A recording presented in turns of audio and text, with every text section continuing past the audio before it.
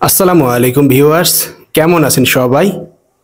তো আজকের ভিডিওতে আলোচনা করব গণ অভ্যুত্থান কাকে বলে সেটা নিয়ে।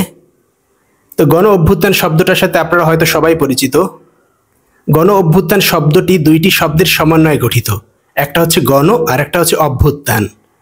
গণ শব্দের অর্থ হচ্ছে মানুষ বা জনতা, আর অভ্যুত্থান শব্দের অর্থ হচ্ছে কোনো একটা রাষ্ট্রপ্রধানের বিরুদ্ধে একটা গোষ্ঠীর সম্মিলিত প্রতিরোধ গড়ে তোলা এবং তাকে ক্ষমতাচ্যুত করা কিংবা ক্ষমতাচ্যুত করতে বাধ্য করা। তো অভ্যুত্থান বিভিন্ন রকম হতে পারে, যেমন সামরিক বাহিনী যদি কোনো সরকারকে উৎখাত করে তখন তাকে বলা হয় সামরিক অভ্যুত্থান। আর সাধারণ জনগণ যখন কোনো একটা সরকারের বিরুদ্ধে বিপুল প্রতিরোধ গড়ে তোলে এবং তাকে ক্ষমতাচ্যুত করে কিংবা ক্ষমতাচ্যুত করতে বাধ্য করে তখন তাকে বলা হয় গণ অভ্যুত্থান। তো পৃথিবীতে গণ অভ্যুত্থানের অনেক উদাহরণ আছে, এর মধ্যে সবচেয়ে বিখ্যাত হচ্ছে ফরাসি বিপ্লব। তো ফরাসি বিপ্লবের সূত্রপাত হয় 1789 সালে এবং শেষ হয় 1799 সালে। দীর্ঘ 10 বছর ধরে বিপ্লব চলে এবং এই বিপ্লবের মাধ্যমে অবশেষে ফরাসি রাজতন্ত্রের পতন ঘটে এবং সেই দেশে প্রজাতন্ত্রের সূত্রপাত হয়। এরপরে বিখ্যাত হচ্ছে রুশ বিপ্লব। তো রাশিয়ান বিখ্যাত কমিউনিস্ট নেতা ভ্লাদিমির লেনিনের নেতৃত্বে 1917 সাল থেকে 1923 সাল পর্যন্ত সংগঠিত হয় রুশ বিপ্লব এবং এই রুশ বিপ্লবের ফলে অবশেষে রুশ জারতন্ত্রের পতন ঘটে এবং সেই দেশে সোভিয়েত ইউনিয়নের সূত্রপাত ঘটে।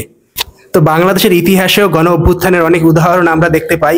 এর মধ্যে একটা হচ্ছে 1969-এর গণ অভ্যুত্থান, যেটা আপনারা অনেকেই পাঠ্য বইতে পড়ে থাকবেন।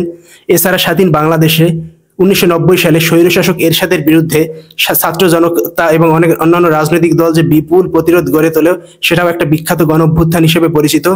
এছাড়া রিসেন্টলি 5 আগস্ট 2024 দীর্ঘ 15 বছর ধরে ক্ষমতায় থাকা তৎকালীন প্রধানমন্ত্রী শেখ হাসিনার বিরুদ্ধে ছাত্র জনতা যে বিপুল প্রতিরোধ গড়ে তোলে, এর ফলে অবশেষে শেখ হাসিনা পদত্যাগ করে এবং দেশ ছেড়ে পালাতে বাধ্য হয়। এটাও একটা গুরুত্বপূর্ণ গণ অভ্যুত্থান হিসেবে বিবেচিত হয় এবং এই গণ অভ্যুত্থানের রেশ এখনো বাংলাদেশে বিদ্যমান।